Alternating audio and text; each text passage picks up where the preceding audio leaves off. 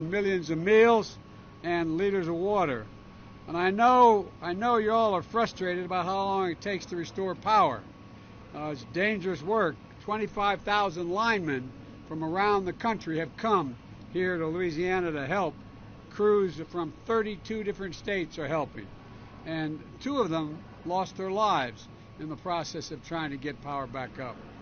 And we're working 24/7 with the energy companies who we met with the heads of today, and we're deploy even more federal resources, including hundreds of generators, and there's more to come to restore power as fast as we possibly can, faster than anything happened during Katrina. And we're also working on the cell phone with the cell phone companies so you can call your loved ones, call for help regardless of where you are, make sure the people you know and you love you haven't been able to talk to lately, be able to know whether they're okay. We're moving quickly to keep gas flowing to the pumps, including I've gone into the Strategic Petroleum Reserve. That's what's been set aside, the crude oil, providing flexibility for how many hours truckers are able to drive and transport gas and fuel, because there's a law in America. You can't drive for safety reasons beyond so many hours a day, but we need more movement of this fuel. And we're expanding the supply of gasoline that can be sold in the state of Louisiana. And there's much to be done. We're working around the clock with the governor and the elected officials here until we can meet every need you all have. In fact, reports suggest that some insurance companies may deny coverage for living assistance unless the homeowner was under a mandatory evacuation order. And so you paid your insurance premiums, you're supposed to get payments for additional living expenses in case of an emergency. Well, but the insurance companies are saying, no, we won't pay you what we owe. Well, we're putting as much pressure as we can.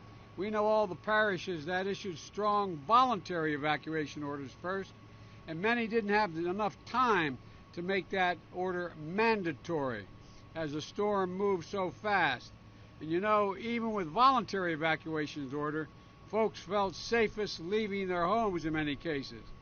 No one fled this killer storm because they were looking for a vacation or a road trip.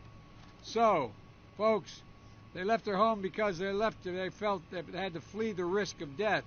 There's nothing voluntary about that. And so I'm calling on private insurance companies.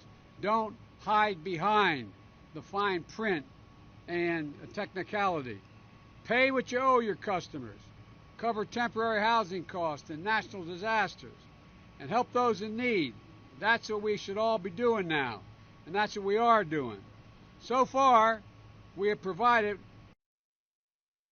$100 million in critical assistance directly to people in Louisiana by putting $500 in their bank accounts once they've contacted us. That's what we're going to come back and let all you people know exactly how to do that. That'll happen.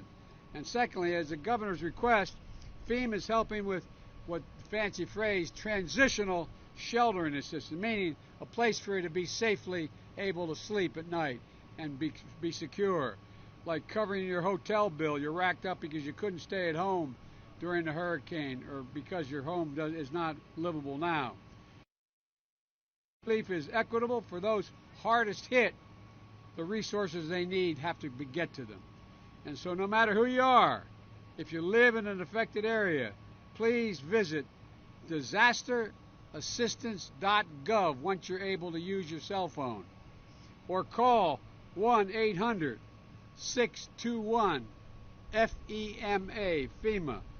That's 1-800-621-3362. And folks, Hurricane Ida is another reminder that we need to be prepared for the next hurricane. And superstorms are going to come, and they're going to come more frequently and more ferociously. I've been working closely with the governor and our colleagues in Congress in both parties on my Build Back Better plan that will modernize our roads, our bridges, our water systems, sewers and drainage systems, and power grids and transmission lines to make sure they're more resilient. I walk through the backyards here. So many telephone lines are down. So many telephone poles are down. So many of the way in which we transmit energy is lost because of old wooden telephone poles. We know for a fact if they're underground, they're secure. Costs more money. We got to not just build back to what it was, put the same old poles up. We got to build back better. We got to build back more resiliently. And we got to make sure we do the same thing across the board. Think about how that $760 million West Shore project here in southern Louisiana will build miles of new levees, pumping stations, and drainage structures to provide protection for 60,000 folks in the area. It will change their lives in future storms.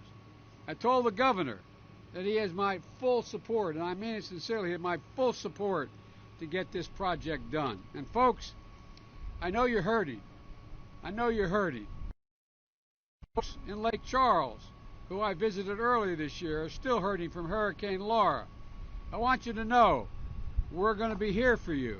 And with regard to Lake Charles, I've put in a request in the budget to provide for help for recovery for Lake Charles as a consequence of Laura and Delta, two storms that they still haven't gotten the needs that they met that they have. This isn't about being a Democrat or a Republican. We're Americans, and we'll get through this together. We just got to remember, we not only have to build back, we have to build back better than it was before. Better than it was before, so when another superstorm comes, it's not the damage done. But every time I'd walk out of my grandpa's house up in Scranton, Pennsylvania, he'd yell, "Joey, keep the faith." And my grandmother would yell, "No, Joey, spread it. Let's spread the